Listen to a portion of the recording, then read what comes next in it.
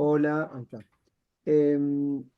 Porque ahora tenemos clases lunes 3, lunes 10, lunes 17 no. Paso a la inmortalidad del general Don Martín de Güemes. Güemes que aguantó para que San Martín cruzase por el otro lado y atacase a los realistas. Aguante Güemes. Y entonces, el 24 es la última que tenemos. ¿Cuándo termina el cuatrimestre? A ver, espera. Para FDR. 6 de julio. 6 de julio. 24 de junio. Bueno, la- las consignas las tenemos que dejar el fin de semana, ¿correcto? Algo pensamos. Y, y para entregar, qué sé yo, el 25, póngale, de junio. ¿Está bien? Entonces, tenemos esa semana para corregirlos y les pasamos las notas a Sofía para que promedie con las otras notas. ¿Está bien? Bueno, estaba con lo de la captura. ¿Estamos con esto? ¿O algo más de este tema del examen? Estamos. Bien. Bueno, ahí me hizo una captura.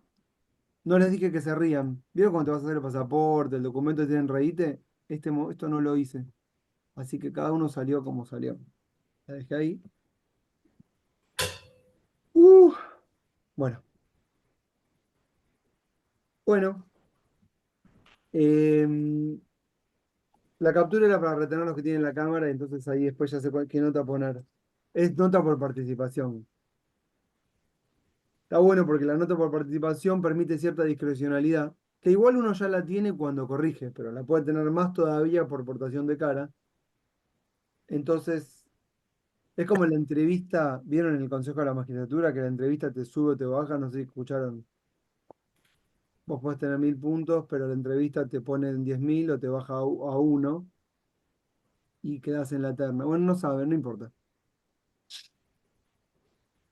Eh, bueno, seguimos hablando nosotros de lo mismo que estamos hablando todo el tiempo, que es la coparticipación. Entramos, ¿sí o no? ¿Voy? La clase igual la va a dar Ari, yo estoy haciendo una mini introducción.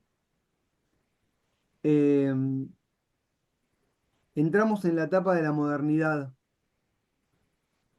la democracia. Ya habíamos entrado la vez pasada, pero ahora es como que todos los demás temas de actualidad tienen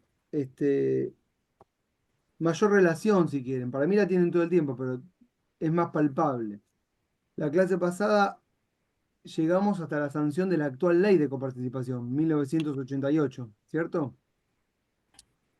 Y es básicamente el periodo de la ley que coincide con el periodo democrático, que arrancó en el 83 y todas las instituciones se van poniendo a prueba desde ese momento en adelante. Hoy seguramente nos va a tocar ver también, dentro del recorrido histórico, la reforma de 1994, que no le agrega mucho, bah, sí le agrega mucho, pero no es una ley, es una declaración. Es importante, pero es una declaración al fin. Eh, pero lo que más vamos a ver nosotros es qué es lo que empieza a pasar con la coparticipación en democracia y cómo es la relación entre el gobierno nacional y los ejecutivos provinciales, ¿sí? En relación a este tema, que finalmente se volvió, y ahí podemos poner mayúsculas, el tema. Se volvió en el tema. ¿Por qué? Porque las herramientas que tiene el gobierno nacional para gobernar son la coparticipación, que es la disposición de la caja, ¿sí? Em, si ya no están más las otras herramientas, que eran la intervención, la proscripción, el uso de la fuerza, vamos a decirlo, el otro elemento es la disposición de la caja. Y esto empieza a verse cada vez con más notoriedad en el periodo democrático. Así como también tiene mucha importancia el rol del Poder Judicial en el periodo democrático, el flujo de dinero y la disposición del dinero que tiene el gobierno nacional va de alguna manera lesionando o limitando la autarquía y finalmente la autonomía de las provincias. Y el federalismo se va haciendo pedazos o va quedando en la nada. si ustedes no entienden lo que estoy diciendo, me preguntan, pero esto es un poco lo que está pasando en general. Y me gustaría decir ahora, para que tengan como una línea argumentativa para comprenderlo, esto se fue evidenciando poco a poco y se fue agravando cada vez más. Y como que los límites de lo moralmente correcto se fueron corriendo. Antes, ningún presidente dudaba de enviarle fondos a las provincias, pero cada vez la extorsión se fue haciendo mayor. Antes se disimulaba, pero ahora ya ni siquiera se disimula.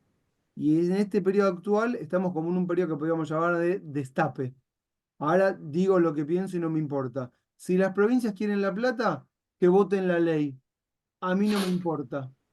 Y eso es como algo que antes no estaba permitido decir, y ahora sí. No le estoy echando juicio o valor al tema, estoy hablando de una técnica de gobernabilidad, ¿sí? No sé si me siguen con lo que estoy diciendo. Y esto es lo que fue pasando desde el 83, no importa cuál sea el gobierno, ¿eh? Hasta la actualidad. Y el problema siempre se fue agravando. No, esto no es para hablar mal o bien de la política, sino para hablar de cómo funciona el ejercicio de poder y las instituciones y las instituciones.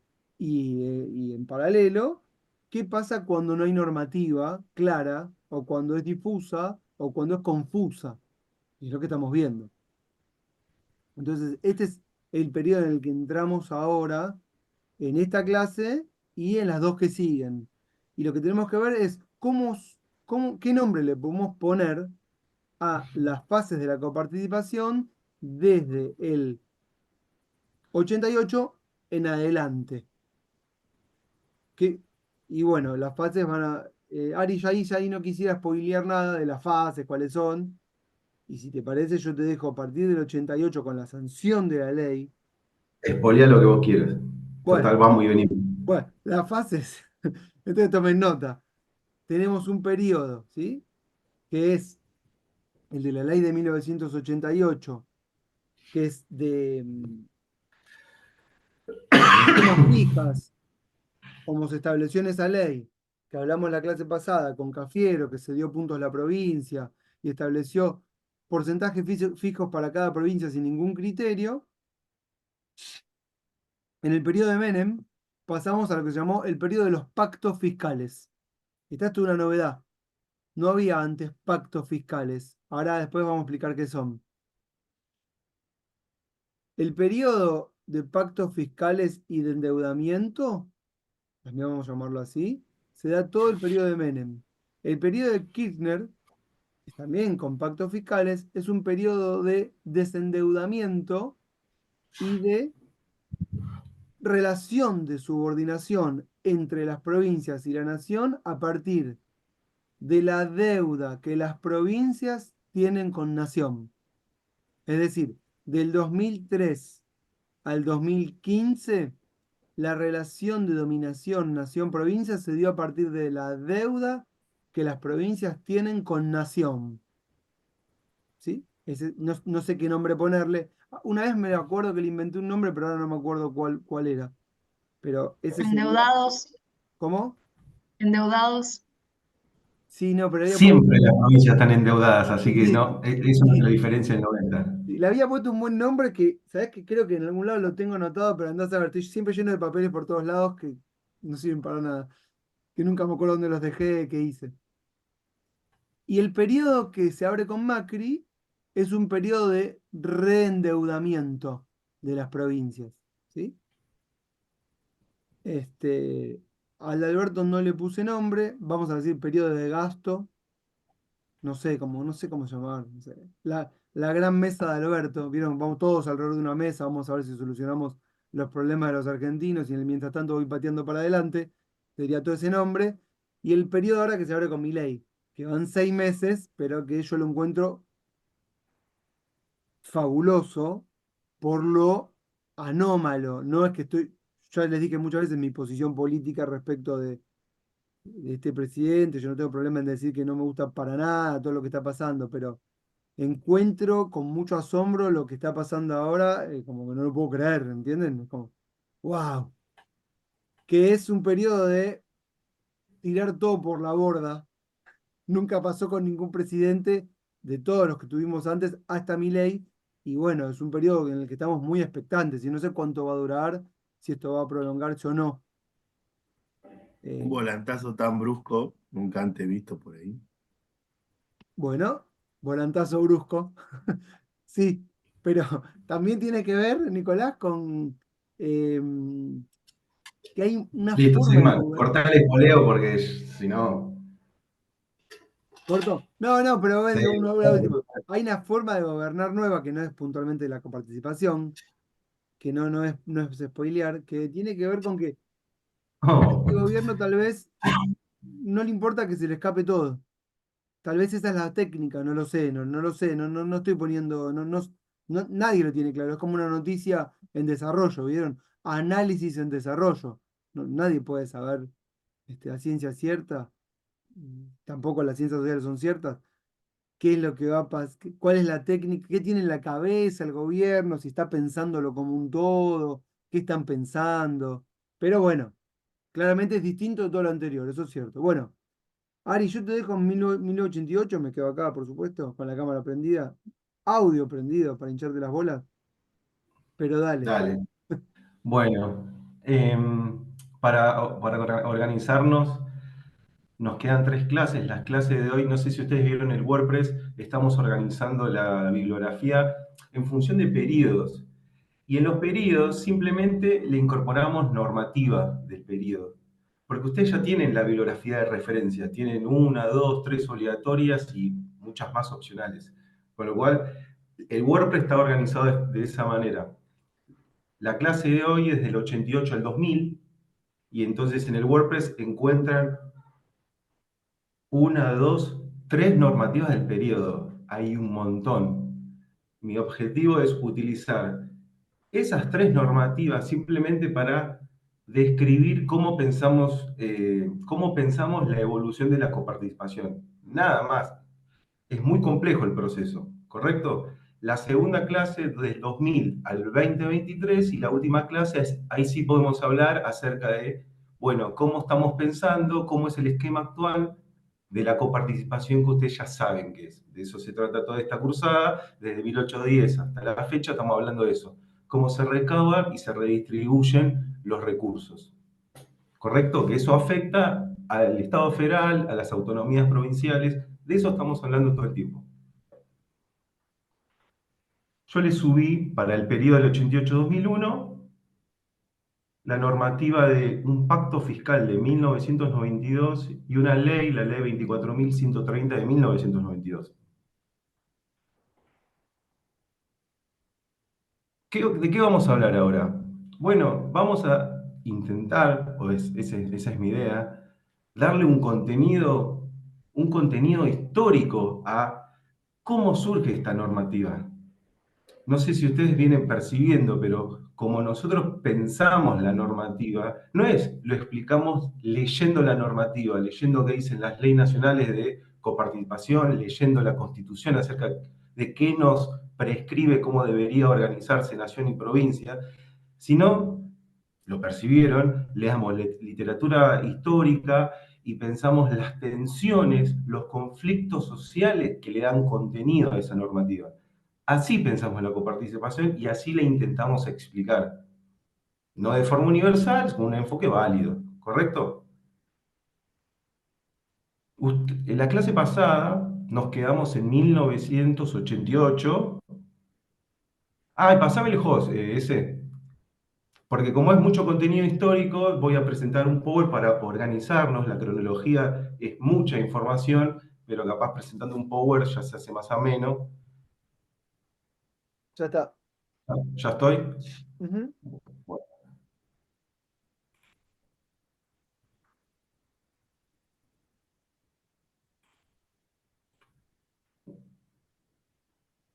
¿Qué se está viendo ahora?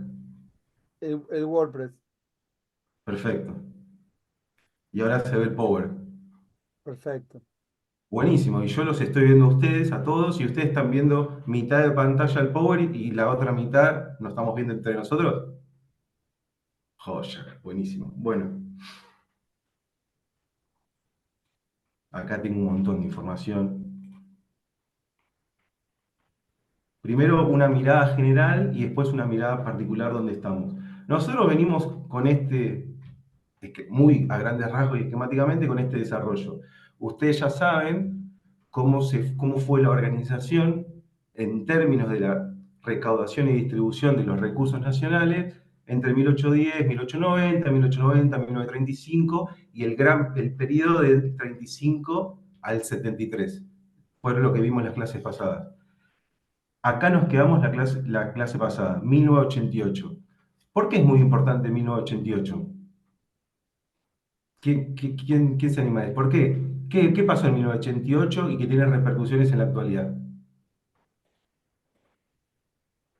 ¿Quién se anima a Es la decir ley que algo? se utiliza actualmente. Es la ley que se utiliza actualmente, que no sé quién habló, perdón, que estaba mirando el power, pero... Yo, Ah, ahí está. perdón. Gracias, Martina. 1988, esta es la ley que se está utilizando actualmente y que ustedes ya saben, o vamos a ver ahora, que se va actualizando a medida que pasaron las décadas. Pero esta es la ley vigente y ustedes ya saben que es la distribución primaria y la distribución secundaria, ¿correcto? ¿Quién se anima a decir qué es la distribución primaria?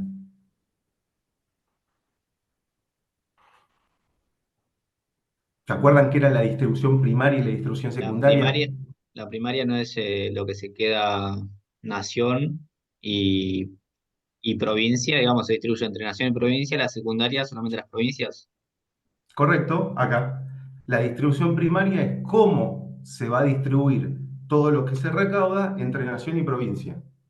Eso, desde 1935 hasta 1988 fue variando. Y lo vimos en las otras clases, pero para que vean cómo fue variando, acá tienen desde el 35 que empezó en el 85, pasando por todas estas décadas hasta 1988, que es, ¿qué es esta? 42 nación, 54 redondeando, provincias. Y después la distribución secundaria, bueno, ¿cómo es el reparto entre las provincias? No solo porque esta es la ley vigente en la actualidad, sino que acá empiezan los problemas con lo que seguramente lo escucharon un montón de veces, el famoso fondo del conurbano. ¿Lo escucharon alguna vez? La reparación histórica del conurbano. ¿Por qué? Porque en esta ley, en este año, fíjense acá, cuando acá se define la distribución primaria entre nación y provincias, que eso ya lo saben, también se define, bueno, cómo es la distribución secundaria, cuánto le corresponde a qué provincia, a qué otra. Y acá, en 1988, en el artículo 4, miren esto, se define que Buenos Aires va a tener de la distribución secundaria 19,9. Y es lo que ustedes escuchan en la actualidad, no solo este año, sino hace 10, 20 años, Buenos Aires, eh, Buenos Aires aporta al PIB un 40% y ¿cuánto recibe? 19, 20%. ¿Y de dónde surgió eso? Acá. Este es el antecedente. Che, acá me dice Ramiro, accedió a la sala. Bueno, admitir, le ponemos. Claro, soy el host. Este es el momento que da origen a esa problemática que se arrastra hasta la actualidad. Primer punto para dejarlo ahí, ahora lo vamos a desarrollar. Ahora, lo primero que les tiene que hacer ruido es cómo es el título de esta ley de 1988. Régimen transitorio de distribución. Esta ley iba a tener una duración de 2 años. ¿Por qué? En lugar de durar 2 años, duró 30 y pico de años. Eso intentamos darle una explicación a partir del texto de Pagni. Me está pidiendo otra vez. Darle una explicación de por qué duró más de 2 años. ¿Se acuerdan que vimos la clase pasada? Ahora yo les voy a presentar otra cronología, pero ¿por qué duró más de 2 años? ¿Qué es lo que estaba pasando en 1988? Que esto que tenía como fin algo transitorio, bueno, de algo temporal se constituye en algo permanente. ¿Quién se anima a decir por qué?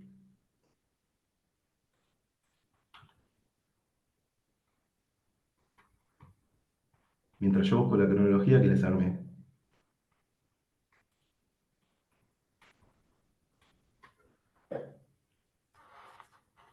Hasta acá vamos, a esta cronología vamos. Lo voy a decir bien sintéticamente porque lo vimos en la clase pasada, pero también para dar una base y para pensar la década del 90. Son muy importantes las fechas, los momentos precisos de cómo se va desenvolviendo esto. Nosotros, en 1987, las legislativas las había ganado el oficialismo, que el oficialismo era la UCR, gobierno de Alfonsín. ¿Sí? Para decirlo esquemáticamente, que creo que lo había dicho en la última clase virtual, yo había dicho, en diciembre de 1987, la UCR, el proyecto oficialista, estaba en la cresta de la ola. ¿Por qué? Porque el plan de estabilización estaba dando sus frutos y porque había ganado la legislativa. O sea, en términos económicos y en términos políticos, la cosa iba bien. Esquemáticamente, espero que se entienda lo que quiero decir. No es así, las cosas son más complejas, pero para que se entienda. Pero desde el 87 a fines de la década pasaron cosas. ¿Y qué es esas cosas que pasaron? Bueno, vamos a darle contenido. En 1988, en septiembre, están las legislativas nacionales y las gobernaciones, que lo dijimos en la clase pasada. ¿Y por qué lo mencionamos que era muy importante eso? Porque ahí el PJ gana y porque la gobernación de Buenos Aires la había ganado, el PJ la había ganado Cafiero. Entonces, ahí hay un periodo de transición y de negociación y de acuerdos políticos entre Alfonsín y entre Cafiero. Ambos acuerdan en enero de 1988, acá, nuestra ley transitoria, acuerdan, che, vamos a ponernos de acuerdo para llegar a fin de mandato y porque yo, Cafiero, voy a ser el presidente en 1999. Lo estoy diciendo muy burdo, pero para que se entienda cómo se vivía y qué es lo que se esperaba de ese momento histórico. Y Cafiero se se puede ve... decir algo más, Ari, que también era la Sí. primera vez que se daba en democracia que un gobernador de la provincia no era del mismo partido que el presidente de la nación. Esto, si bien podría haber pasado antes, esto es la primera vez que pasa en democracia. Va, no sé en realidad, ¿quién era? Armendáriz, no sé de dónde el gobernador, de que si era radical o no de la provincia de Buenos Aires durante la presidencia de Alfonsín, pero Cafiero era decididamente el que iba a ser presidente y era opositor. Bueno, enero de 1988, el que se veía presidente era Cafiero, era el gobernador de Buenos Aires y tenía una red de acuerdos y negociaciones con otros gobernadores del PJ y Alfonsín proveía sus acuerdos con todo su aparato radical y en conjunto se ponen de acuerdo con esta ley de coparticipación donde ahí aparece el recorte a la provincia de Buenos Aires. En ese contexto, desde mi punto de vista, podemos pensar, bueno, Buenos Aires accede voluntariamente al 20%. ¿Por qué? Porque después quien tomaba esa decisión se veía presidente. ¿Se entiende lo que quiero decir? Es una hipótesis, no estoy diciendo que esto fue así, pero lo podemos pensar y después, en julio de 1988, todo esto queda en un stand-by. ¿Por qué? Miren la cronología. Si estamos diciendo que el acuerdo central es entre Cafiero y Alfonsín, y para quien vivió en la época, para que estudió en la época, en ese momento había todo un proceso al interior del peronismo que se llamó la renovación peronista. Cafiero representaba el ala de la renovación peronista. Menem representaba la línea más ortodoxa del PJ, del sindicalismo, y en las internas de julio de 1988, Cafiero Menem gana Menem. Entonces, el que se veía presidente y el que era seguro que iba a ganar la presidencia no era Cafiero luego de julio del 88. ¿Quién era? Menem. Entonces, imagínense todos estos acuerdos que se previeron en enero del 1988.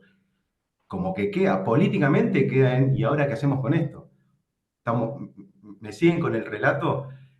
Y ahora vamos a incorporarle todo el proceso económico del periodo, porque la estructura impositiva, ¿sí?, que va a determinar cómo se recaudan los impuestos. O sea, la estructura positiva determina a la coparticipación, pero no podemos pensar la estructura impositiva sin pensar la macro, sin pensar, bueno, el ciclo económico de los momentos. En un periodo de gran inestabilidad macroeconómica y todo se desvincula. ¿Se entiende lo que estoy diciendo? ¿Vamos bien? ¿Me hacen así o hay dudas?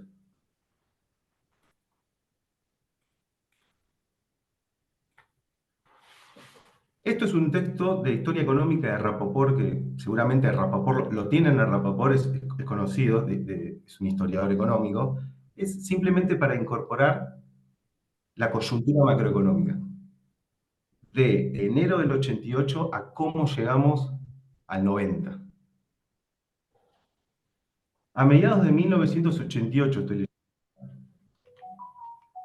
la economía argentina se encontraba en una situación crítica en la que se combinaba recesión, inflación, caída salarial y desocupación formal y subocupación.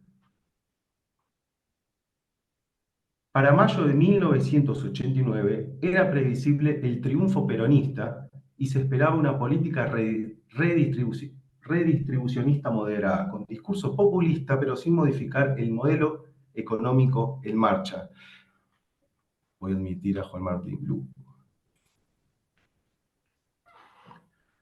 Durante los últimos días de enero se produjo una corrida especulativa contra el austral y el Banco Central vendió 900 millones de dólares en 15 días, entre agosto de 1988 y enero de 1989.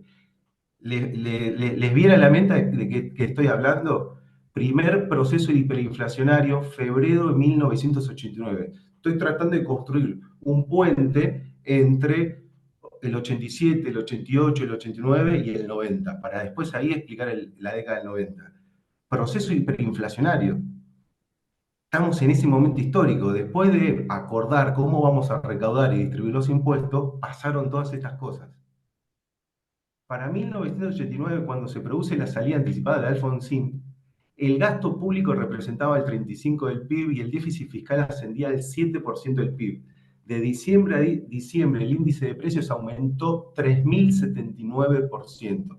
Y ya de diciembre del 89 a marzo de 1990 tenemos el segundo periodo hiperinflacionario.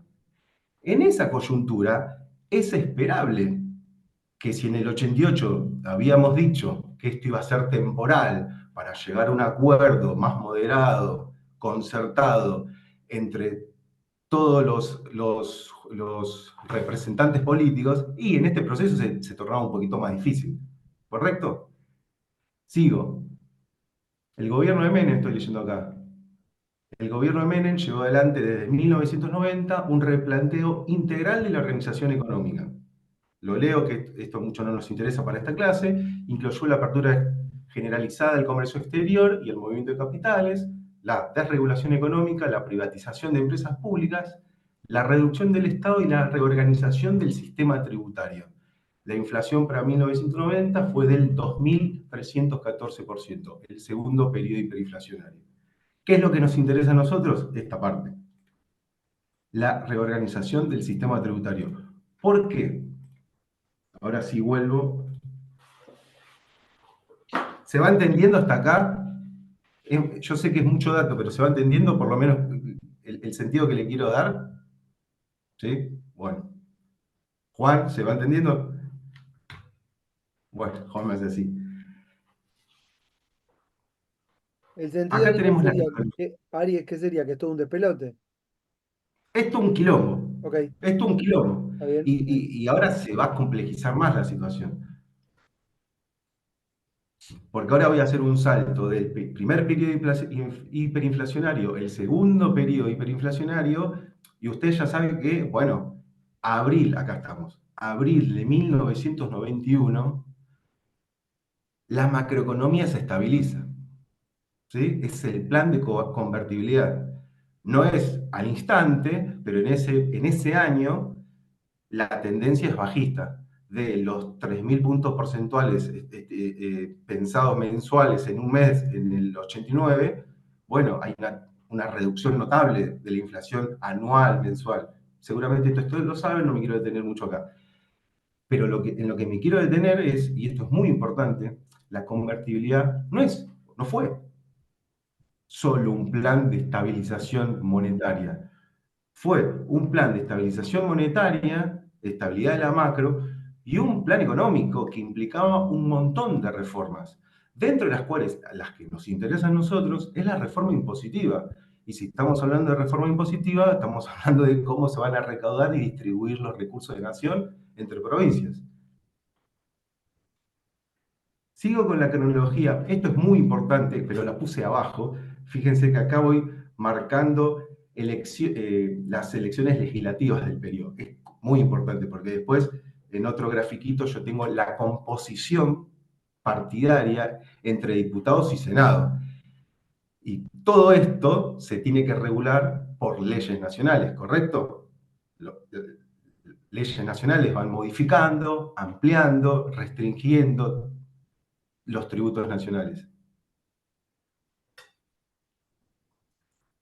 En 1991 empieza todo el proceso de transferencia de la administración y financiamiento de los servicios educativos de nación a provincias.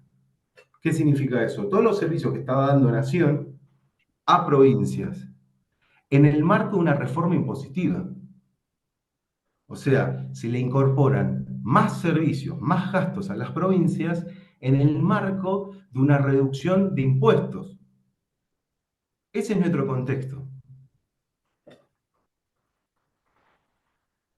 Ari, significa que tienen más gastos que hacer y menos recaudación a recibir.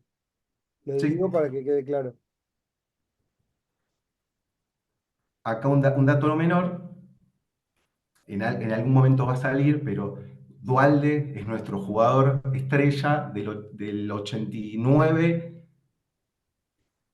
no sé hasta qué año, pero después del 2000 vamos a decir que sí, es nuestro jugador de estrella. Y ustedes ya perciben que en diciembre de 1991, Dualde, que era vicepresidente de Menem en las elecciones del 89, bueno, renuncia a su presidencia y se presenta a las elecciones de gobernador de la provincia de Buenos Aires.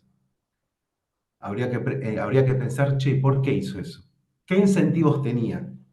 Porque en el 88 le bajaron los recursos a Buenos Aires, ¿correcto? Estoy deliberadamente haciendo un planteo porque vamos a ver lo del fondo del conurbano. Bueno, en todo este contexto de reforma impositiva, de traslado de gastos de nación a provincias, tenemos en abril de 1992 la ley 24073, que es la que tiene en el WordPress, que es de reforma impositiva. Hay un montón de cambios tributarios, un montón, la ley es súper compleja. La verdad que yo simplemente la incorporé porque cuando se modifican ganancias, fíjense, acá está todo lo que se modifica: ganancias, activos, moneda extranjera, divisas, bienes en el exterior, IVA, quebranto, otros, y en otros entran un montón de cosas.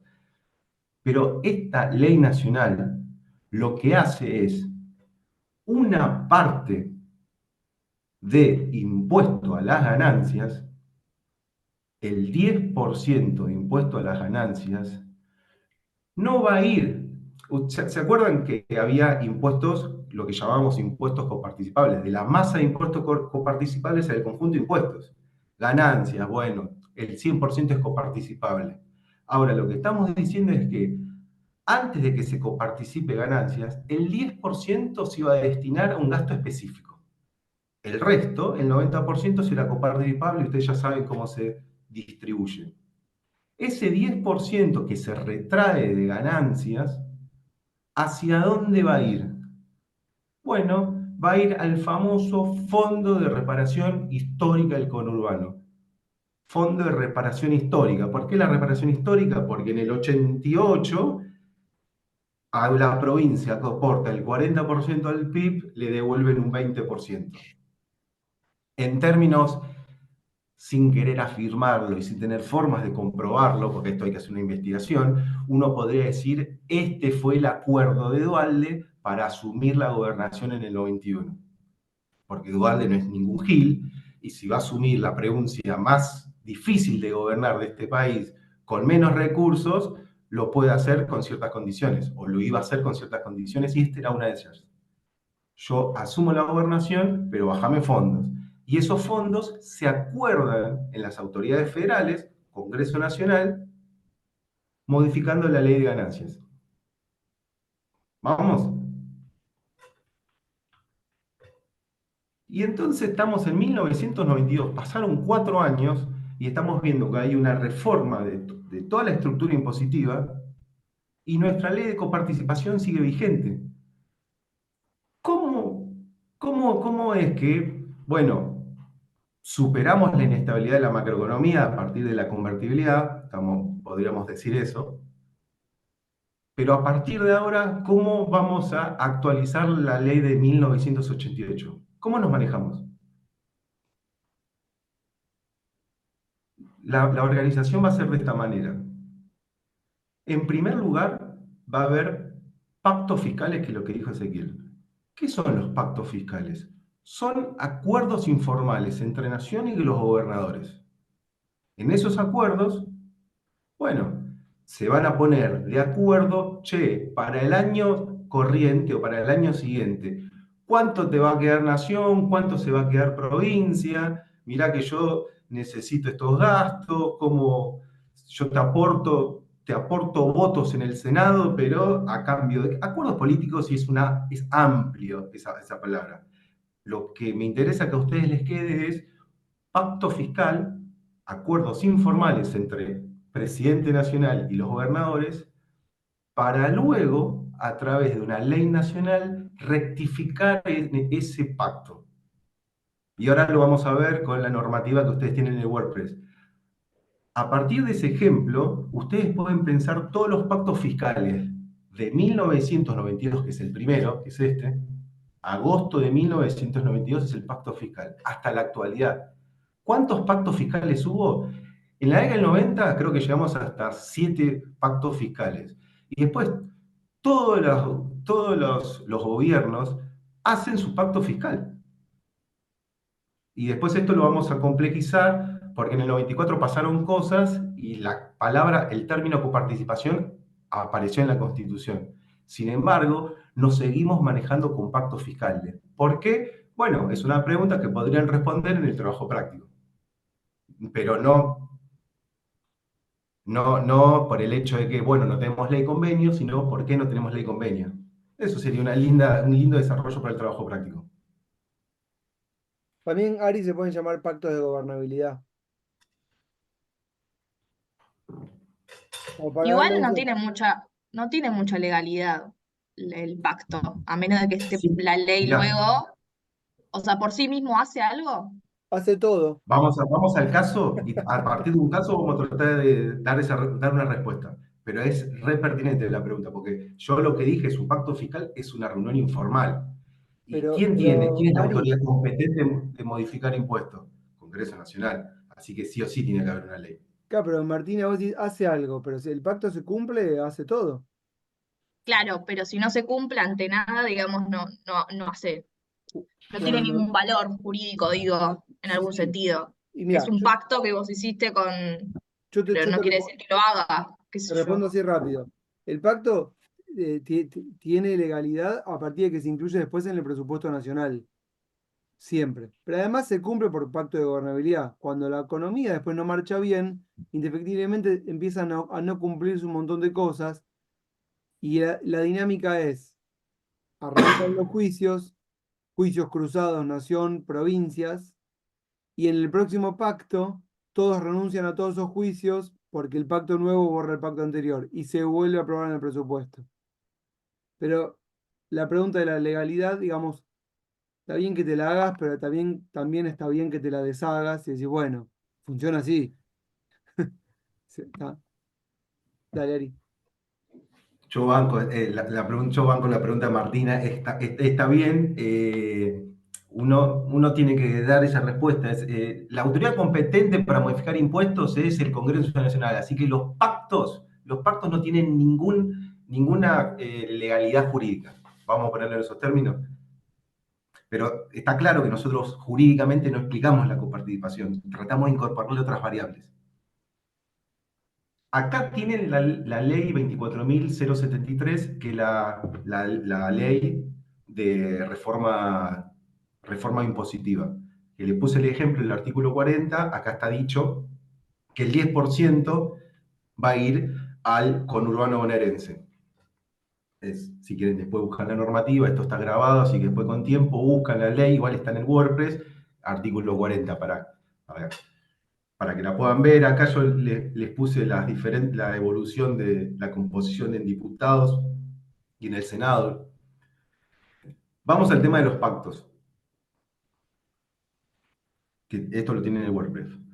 Acuerdo entre gobierno nacional y los gobiernos provinciales. Es como, la verdad que no sé si fue así en 1992, pero ya más cerca en la actualidad, ¿se acuerdan en el 2019, cuando Alberto Fernández convocaba a los gobernadores en la Casa de Olivos? No, en la Casa de Olivos no. ¿Dónde los convocan los gobernadores? Vienen todos los gobernadores, se sacan la fotito, el acuerdo entre Alberto Fernández y los gobernadores. Eso es un acuerdo informal, ¿está bien? Podríamos pensar que se juntan informalmente y pasan a papel este acuerdo entre el gobierno nacional y las provincias y listan los puntos.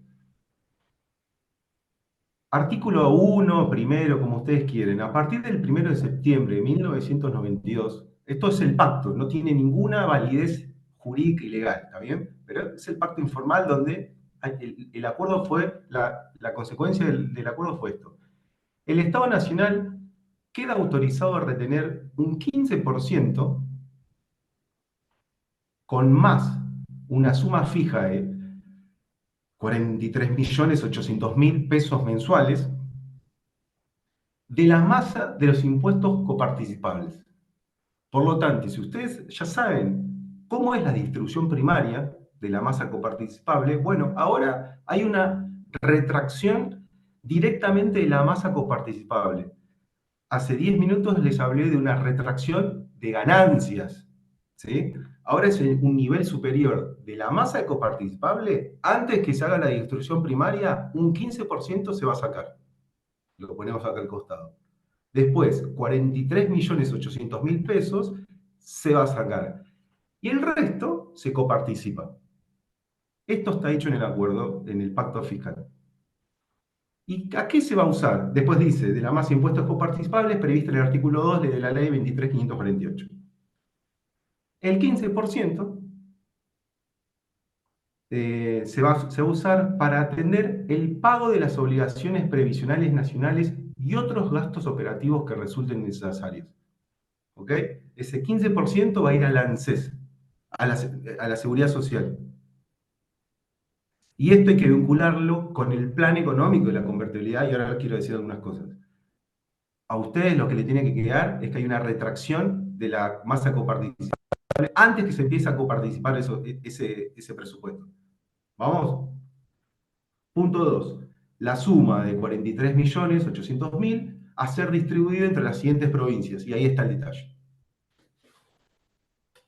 Pero, Ari, el punto B es Sí, interesante porque dice la suma de 43.800.000 para ser distribuida entre los estados provinciales suscriptores del presente convenio, lo que nos da a entender de que no todas las provincias firmaban el pacto. Y está después bien, se me cuando se pasó, votaba por ley, es un ¿cómo? dato que Claro. se me pasó, está bien aclararlo, porque después iba a decir algo, pero está bien aclararlo, decirlo. Vale. Después estos pactos pasaban a integrar la ley de presupuesto nacional o leyes de paquete fiscal como en la que se quiere votar y quedaba tal cual así suscripto y para la provincia que no suscribía el pacto se ve perjudicada en algún punto porque por mayoría el gobierno conseguía votar la ley que incluía el pacto de gobernabilidad. ¿Comprenden? Perdón, una pregunta. Buenos Aires firmó este convenio y tampoco aparece acá como una, o sea, la distribución No, entre no, pará, las... perdón, Está más Martina. corto, Ahora te sigue, voy a sigue mostrar. ahí. No están todas las provincias. A ver, sigue, y después te voy a mostrar algo que ahí ya te aclara todo. En algún momento tienen que estar dicho, che, ¿dónde está la firma de todos los gobernadores que acuerdan esto? Y aparece eso. Yo porque arriba de todo aparece quiénes, o sea, quiénes se presentaron. Capaz entiendo que esa parte capaz no la adhirió Buenos Aires, puedo decirlo, qué sé yo. ¿A dónde están las provincias Arriba de que todo dice, en la ciudad de Buenos Aires, a los 12 días del mes de agosto se reúne el señor presidente, a los señores no, está viendo gobernadores de la las ley? provincias de Buenos Aires, Eduardo ¿Qué estás Dualde, leyendo? ¿Qué estás en la leyendo? parte, estoy en el, puede ser que esté en otro, estoy en el que subieron en el blog. Sí, pará, ya voy a llegar. Capaz Ah, estás leyendo la ley, ya voy a llegar, pará. Acá estamos en el pacto. Bueno, lo que me Perdón. interesa es el... Entonces, a los que no suscribían se los obligaba, como que se los imponía después. Ahora Ah, ahora voy a llegar, es que Sigman me espoleó, Sigman va, viene, pero lo iba a Perdón, decir en algún momento. perdón. Lo importante Perdón, ahora es... profe, Sí, ese 15% que se menciona acá es el que después aparece en el fallo de Santa Fe con el problema de ANSES. sí, lo iba a mencionar. Ok. Sí, acá empiezan los problemas con dos fallos del 2015, Santa Fe, San Luis y Córdoba. Y está relacionado con lo que dice Juan Martín y que lo que dice Martina. Está todo relacionado. Pero la idea es empezar a ver el origen del Fondo del Conurbano, el origen de los conflictos nación y provincia por ANSES de los fallos 2015. Acá está todo. Quédense con el inciso A principalmente. Después, en el artículo 5 se crean fondos. Eh, Miren el artículo sexto, que es muy importante por lo que decía recién Ezequiel. Las provincias que hubieren promovido acciones judiciales ante esta Corte, ante la Corte Suprema de Justicia o ante cualquier otro tribunal del país, con el objeto de obtener la declaración de inconstitucionalidad o cualquier otro tipo de impugnación de los decretos 559 y 701, ahí ya le explico qué es esto, pedirán la terminación de los procesos respectivos por falta de objeto y con imposición de costas en el orden causado. Aquellas provincias que a la fecha de la presente no hubieran iniciado tales procesos se abstendrán de hacerlo en el futuro. El Estado Nacional presta su conformidad desde ya a dicha vía de terminación de los procesos judiciales referidos. ¿Qué es lo que se está plasmando políticamente en este artículo sexto? Todos los que pongan el gancho en este pacto fiscal, todos los gobernadores, se van a abstener de judicializar conflictos entre su provincia y nación. Si vos accedes a este pacto, no judicializás casos futuros y cerrás los casos pasados. Es muy importante este inciso, porque, bueno, ahí sí es un acuerdo de gobernabilidad entre nación y las provincias. Y lo que hay que preguntarse, a lo que se preguntaba Martina, che, entonces es muy importante quién firma, quién no firma, y tiene que estar la firma.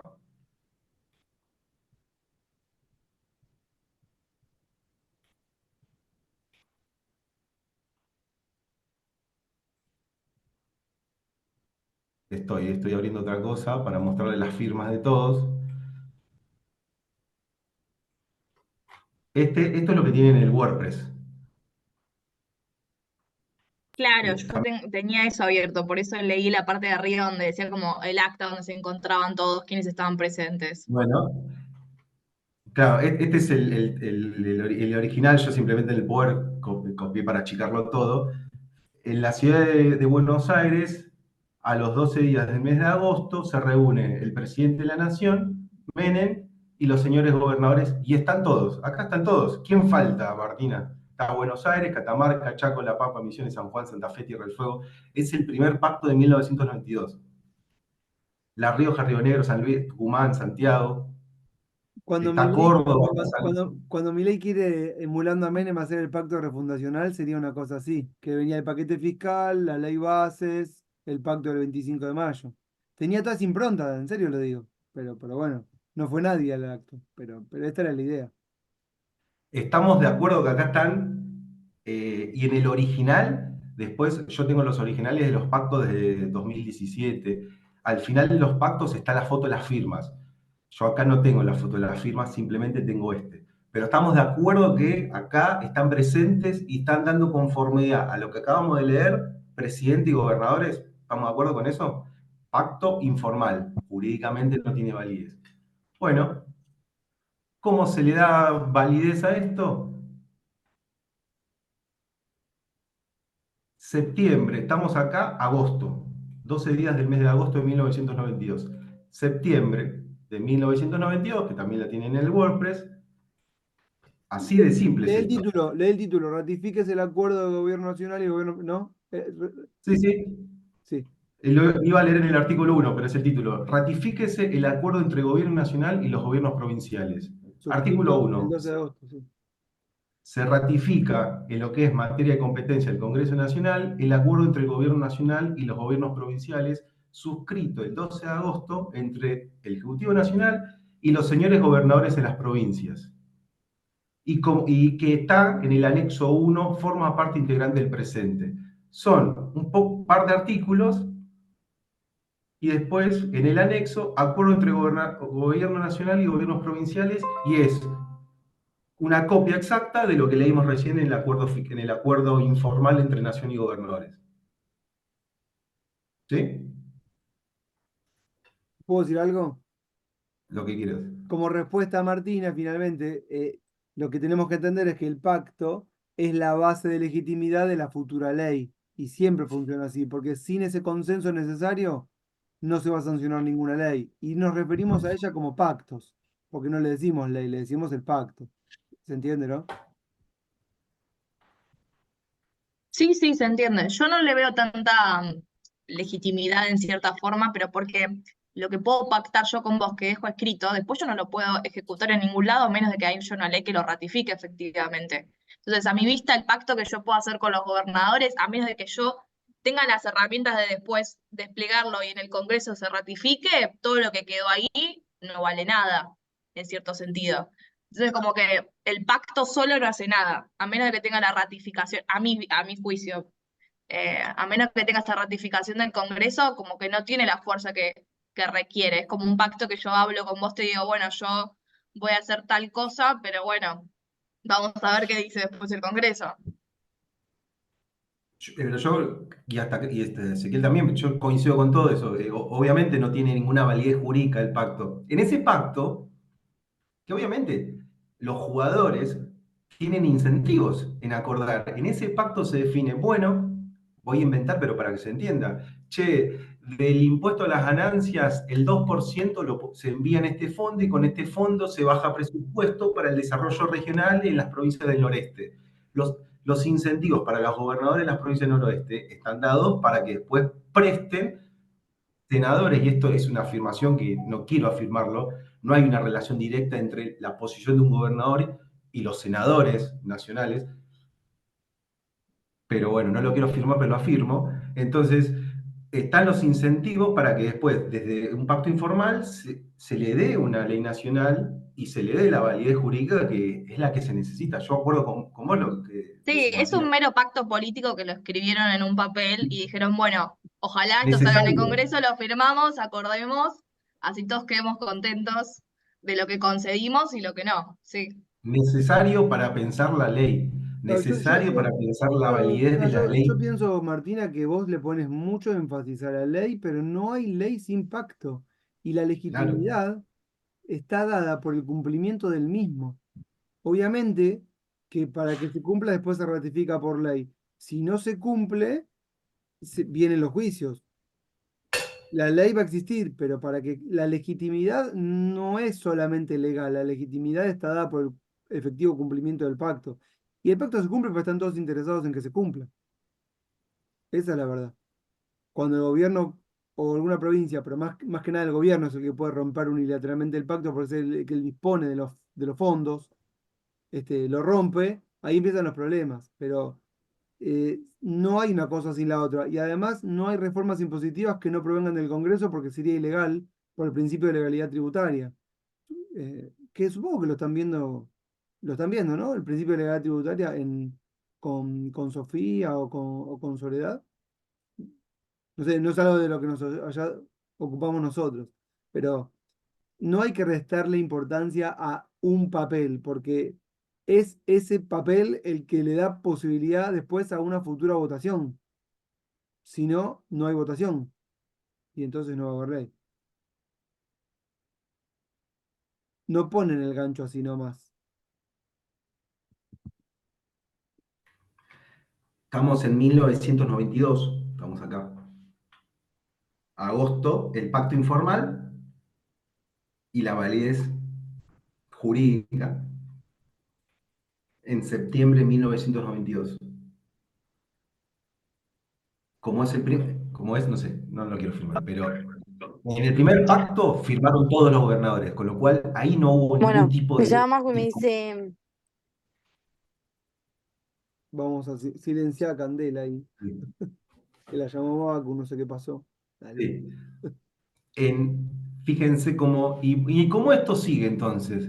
Está claro que la ley transitoria quedó de fondo y se va actualizando vía pactos informales que anteceden a una ley nacional que va actualizando, modificando la ley de 1988. Así hasta el 2001.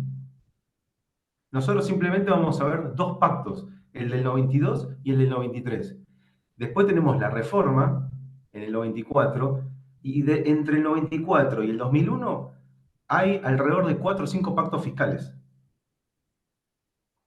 Siempre vamos a pensarlo de esa manera. Pacto fiscal precede a la ley nacional. Sin pacto no hay ley.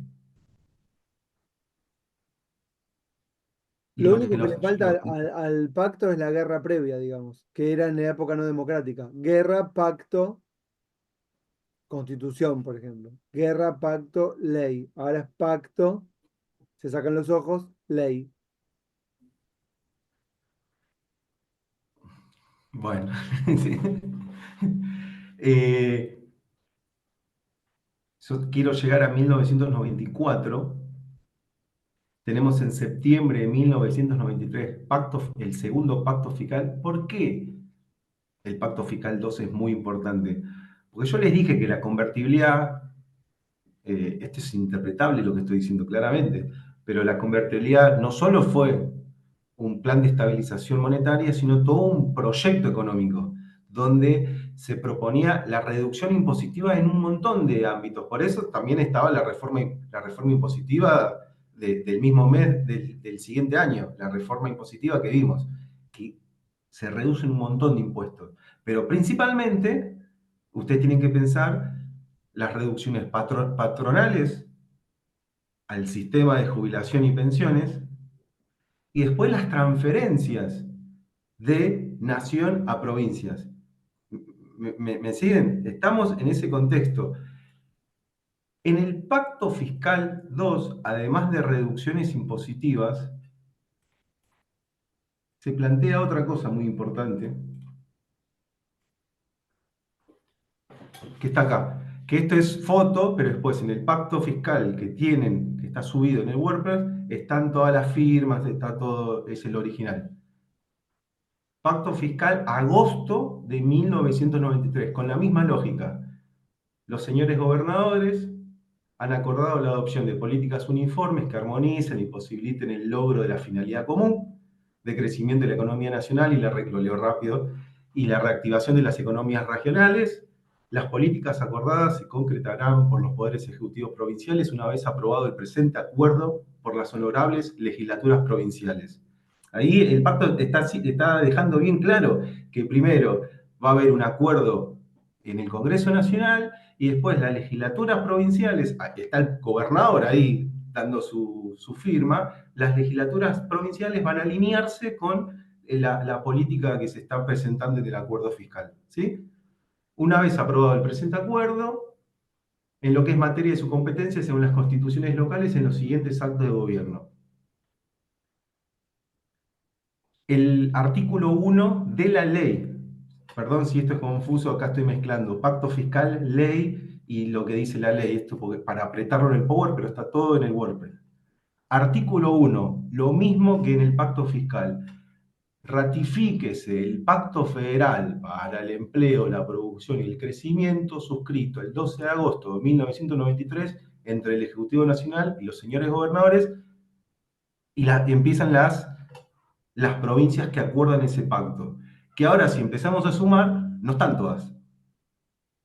No están todas, y yo liberadamente puse, y Córdoba, porque está San Luis, está Santa Fe, con doble E, no sé qué provincia es esa, pero no está Córdoba. ¿Por qué deliberadamente les dejé ahí bien clarito Córdoba? Porque Córdoba aparece en el fallo de 2015. Entonces, ¿qué pasa si un gobernador no firma un pacto fiscal? Bueno, habíamos visto en el artículo sexto que quienes firmaban se comprometían a no iniciar casos judiciales. El que no lo firma, bueno, tiene la puerta abierta para iniciar procesos judiciales para reclamar cómo va a ser la distribución de la masa coparticipable. Si no está el gancho de Córdoba, che, yo no estoy de acuerdo que el 15% se quite de la masa coparticipable para tal gasto específico. ¿Se entiende? Y acá les dejé todos los cambios impositivos de la ley. Fíjense todo lo que hace impuestos sellos, impuestos provinciales, está todo dicho ahí en la ley. El que me interesa, que nos interesa en este momento, es el inciso sexto del artículo segundo. Además de eliminar el impuesto a los activos, disminuir la incidencia impositiva y previsión sobre el costo laboral, contribuciones patronales. Inciso sexto, lo leo lento para que esto abre un montón de problemáticas. Aceptar la transferencia al Sistema Nacional de Previsión Social de las cajas de jubilaciones provinciales, en el caso de las provincias que adhieran al nuevo régimen previsional que sancione la Nación, respetando los derechos adquiridos de los actuales jubilados y pensionados provinciales.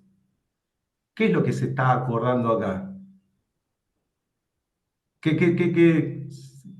imaginan? ¿Qué es lo que se está acordando acá? Las cajas provinciales, los gobernadores que están pactando este pacto fiscal, que ustedes ya saben, después se ratifica una ley nacional, están dando el consentimiento para pasar las cajas provinciales a la responsabilidad de nación.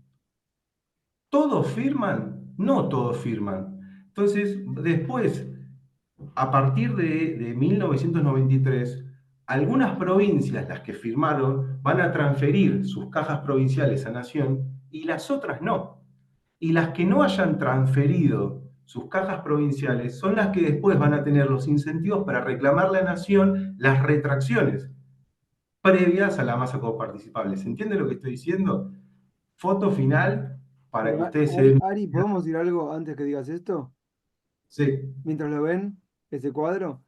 Es muy importante transferir o no transferir la caja provincial de jubilaciones para un gobernador, porque es perder la caja y la disponibilidad de esa caja, y que quede en manos de nación y que entonces el gobernador se quede sin herramientas de gobierno.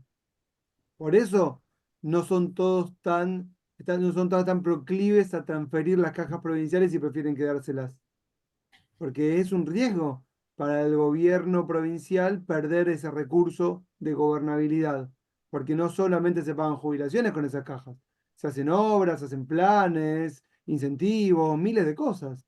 Entonces, cuando el gobernador de provincia pierde esa caja, pierde autonomía.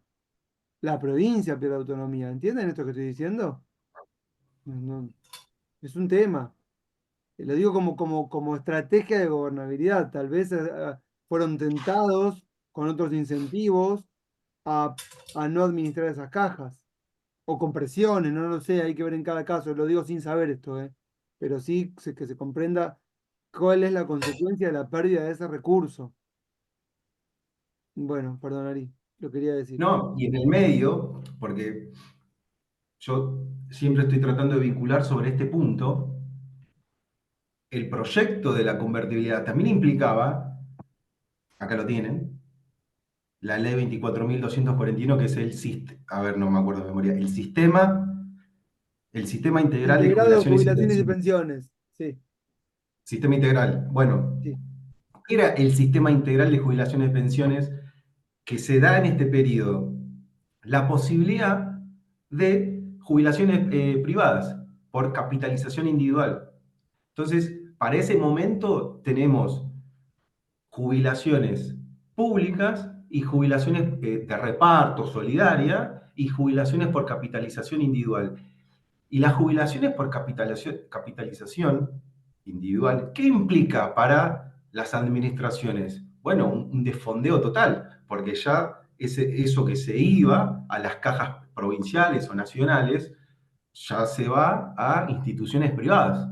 Por lo tanto, esto lo tienen que pensar en el marco de, che, los gobernadores, los que están dando el gancho en los pactos fiscales, ¿tienen incentivos o no tienen incentivos a hacer el traspaso a nación de sus cajas previsionales?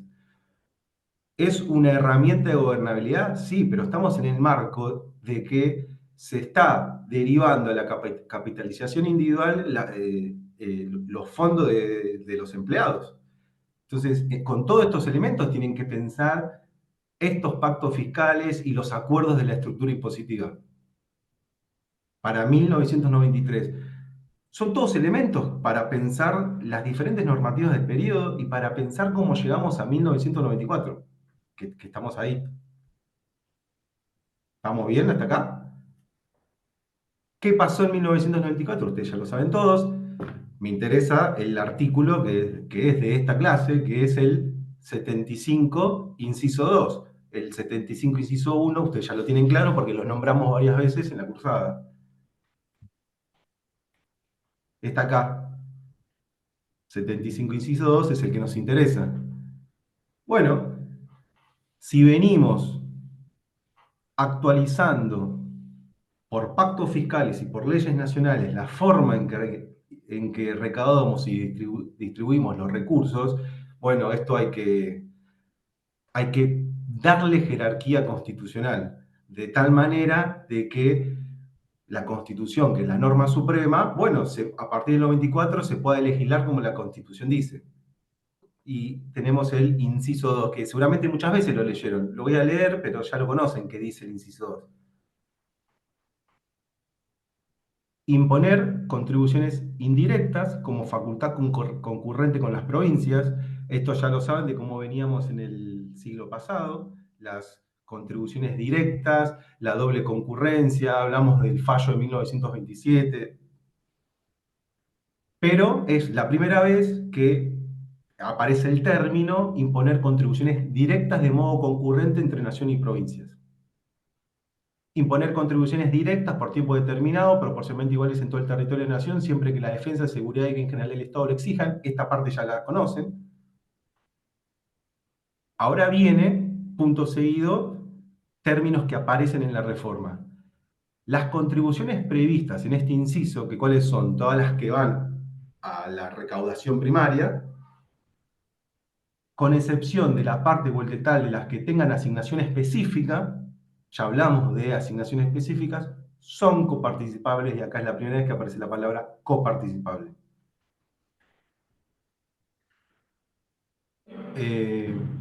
Una ley convenio sobre la base de acuerdos entre nación y provincias instituirá regímenes de coparticipación de estas contribuciones garantizando la automaticidad en la remisión de fondos. Hay un montón de literatura acerca de ley convenio, concertación, federalismo, cooperación. ¿Qué es lo que a nosotros nos interesa? Bueno, ¿qué es una ley convenio? Y el tema de la automaticidad en la remisión de los fondos, creo que ya ese lo había dicho en la clase pasada y viene de la legislación del 73, ese corregime, pero la automaticidad en la remisión de los fondos, ¿cómo funciona esto de masa coparticipable y cómo se distribuye a las provincias? Hay una cuenta en el Banco Nación, todas las provincias tienen una cuenta en el Banco Nación y automáticamente cuando entra por parte de la FIP, que es la entidad que recauda, cuando entra diariamente los recursos que se tributan, automáticamente van a las cuentas de nación de las provincias. Entonces eso es, ustedes escuchan diariamente por las noticias o leen por artículos, que diariamente automáticamente llegan los recursos coparticipables. Todas las provincias tienen una cuenta en nación. Eso es así, ahí no hay dudas, eso funciona de esa manera. Y una ley convenio, ¿qué es una ley convenio?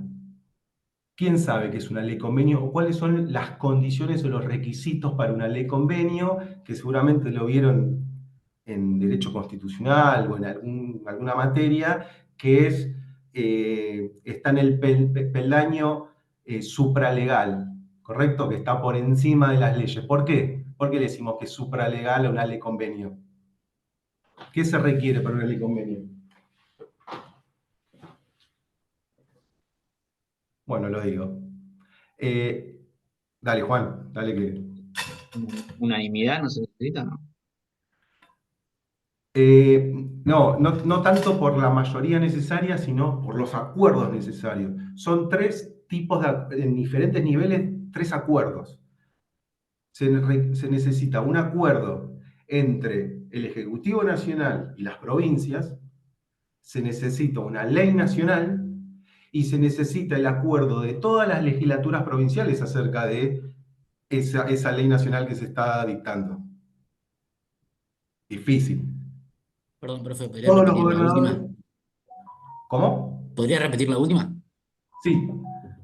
Acuerdo entre nación y entre nación y gobernadores, que sería los antecedentes del pacto fiscal, que ahí estaba la firma, ¿sí? Pero de todos los gobernadores. Y a partir del 94 de la capital federal.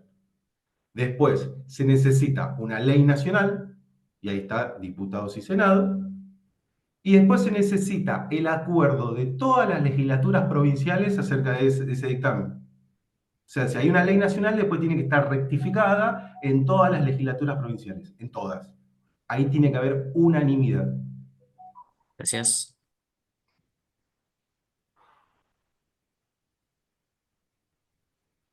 Eh, Y si son una de una las, 15. si una de las Dale. provincias no la aprueba, no es válida para la provincia y esa Si una provincia, en su está buena legislatura la no la pregunta, aprueba, digo.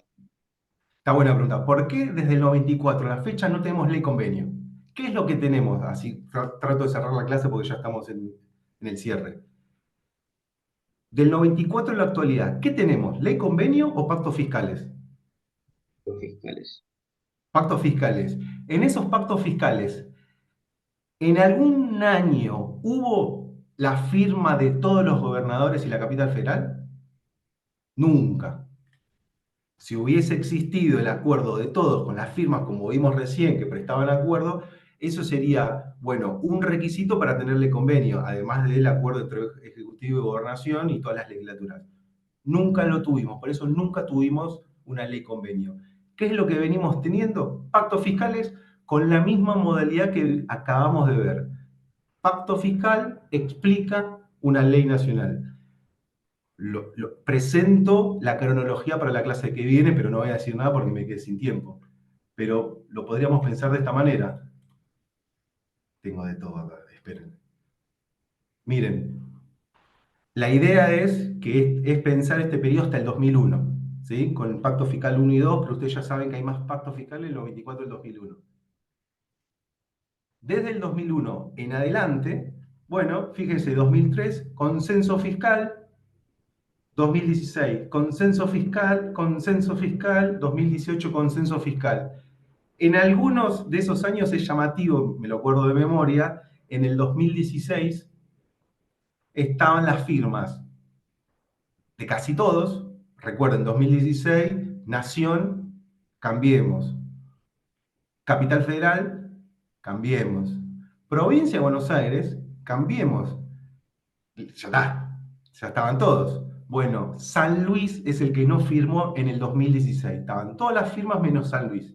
Y por ejemplo, en diciembre del 2020 estaban las firmas de todas las provincias y nación menos Capital Federal. ¿Qué quiero decir con esto?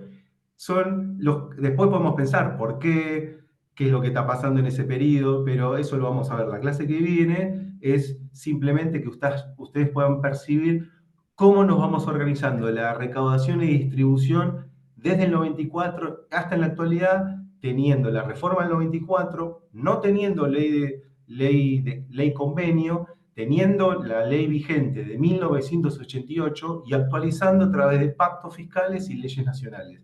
Y en cada pacto fiscal hay un acuerdo de gobernabilidad previo entre Nación y los gobernadores.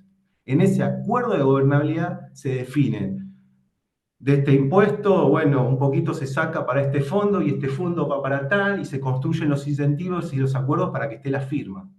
¿Está bien? Y en todo este periodo, en el 2015, bueno, vamos a pensar los fallos de Santa Fe y Córdoba y San Luis, que tienen el origen en 1992. 6:30. Ustedes pueden saber que esto es interminable, es simplemente que quede la mirada de cómo pensamos nosotros la evolución de la coparticipación. ¿Está bien? Tenemos tiempo para una pregunta, algún comentario, algo que quieran aportar. Es bienvenido toda información y toda mirada que ustedes quieran hacer. ¿No? La verdad que nosotros no tenemos pretensiones de decir, che, así es la cosa.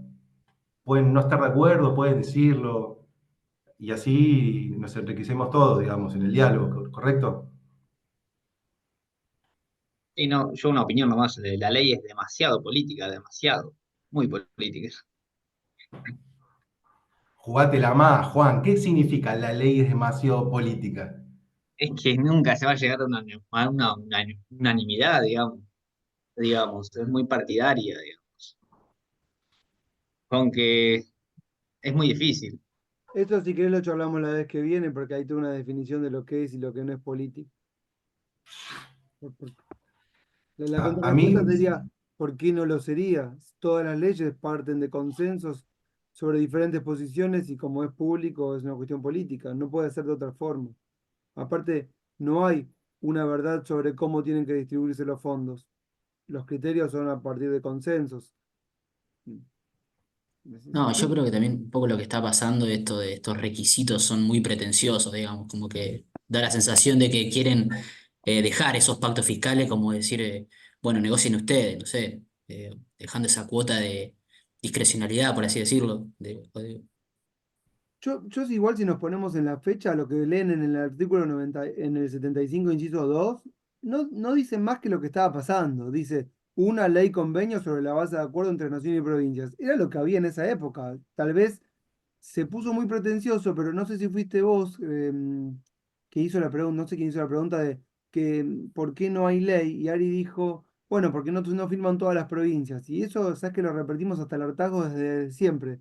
Pero si leen bien el artículo no dice una ley convenio sobre en donde estén todas las provincias. Dice una ley de convenio de acuerdos entre nación y provincias. No dice todas las provincias. Yo pienso que tal vez podríamos tener ley de coparticipación, aunque no estén todas las provincias incluidas. No sé, igual lo estoy pensando, ¿eh? Eh, y es cierto que si pensamos que tienen que ser todas las provincias y con aprobación de las legislaturas, que tampoco está dicho en ningún lado que sea de las legislaturas, es muy, muy difícil de llegar a un tan alto nivel de consenso. De hecho, podemos pensar que con el tiempo el nivel de consenso fue cada vez menor, no mayor. Entonces, estamos ante una imposibilidad muy práctica de que haya una ley de acá al futuro si la ley tiene que ser con unanimidad. Este, casi imposible. Y bueno, así estamos. No sé si está mal o bien. Así estamos sin ningún juicio de valor. Es así como estamos, nada más. Bueno, Ari, son y media, ¿vamos? ¿Seguimos la vez que viene sí, para el 24? para el próximo encuentro, el periodo es 2001-2023.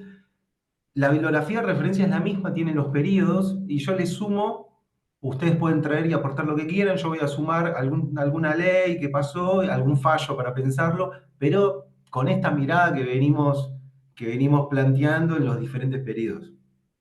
¿Correcto? Después quería decir un montón de cosas y no dije acerca del endeudamiento de las provincias, las Pasamos todo la vez que jubilaciones, viene.